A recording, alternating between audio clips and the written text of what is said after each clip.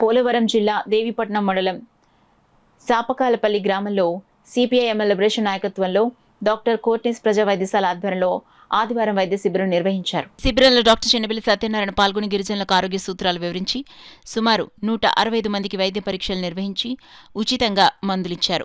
అంతేకాకుండా వారికి బిస్కెట్స్, పాత బట్టలు, చెప్పులు, ప్లాస్టిక్, స్టీల్ సామాన్లు అందించారు.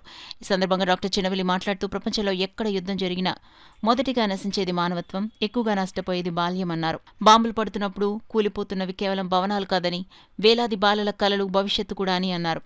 కార్యక్రమంలో సిపిఐ-ఎంఎల్ లిబరేషన్ నాయకులు ఏగుపాటి అర్జునరావు, జనసాంస్కృతిక మండలి కాకినాడ జిల్లా అధ్యక్షులు సోమశెట్టి ప్రసాదరావు, కార్యదర్శి ఎండగొండ శ్యామిల్, గిరిజన హక్కుల సాధన సంఘ రాష్ట్ర convener Bachula Viplav Kumar, Jai Bhim auto union అధ్యక్షులు సిహెచ్ రాంబాబు, జనసాంస్కృతిక మండలి సభ్యుల రాజు, సింహాచలం షేక్స్పియర్, అశోక్, రాజ్బాబు, స్థానిక కార్యకర్తలు శంకురమ్మ, లక్ష్మి, పోషమ్మ, నాగమణి, రాజ్యలక్ష్మి, ఉమాపార్వతి, రామలక్ష్మి, లక్ష్మి తదితరులు పాల్గొన్నారు.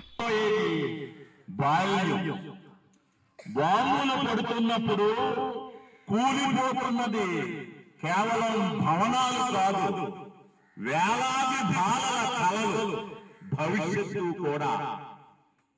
యుద్ధాలు ఎప్పుడూ శాంతిని తీసుకొని రావు.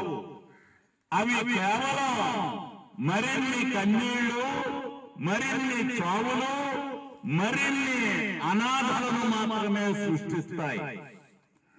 బాంబు పడిన ప్రతిసారి చిన్నారుల కలలు చనిపోతాయి.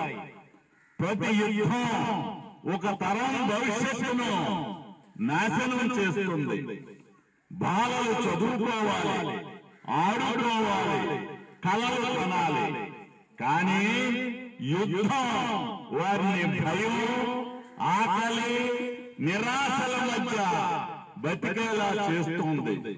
ప్రపంచం ఇప్పుడు ఒక స్పష్టమైన నిర్ణయం తీసుకోవాలి. బాలల రక్షణ ఉందా, యుద్ధాల రాజకీయ ప్రయోజనాల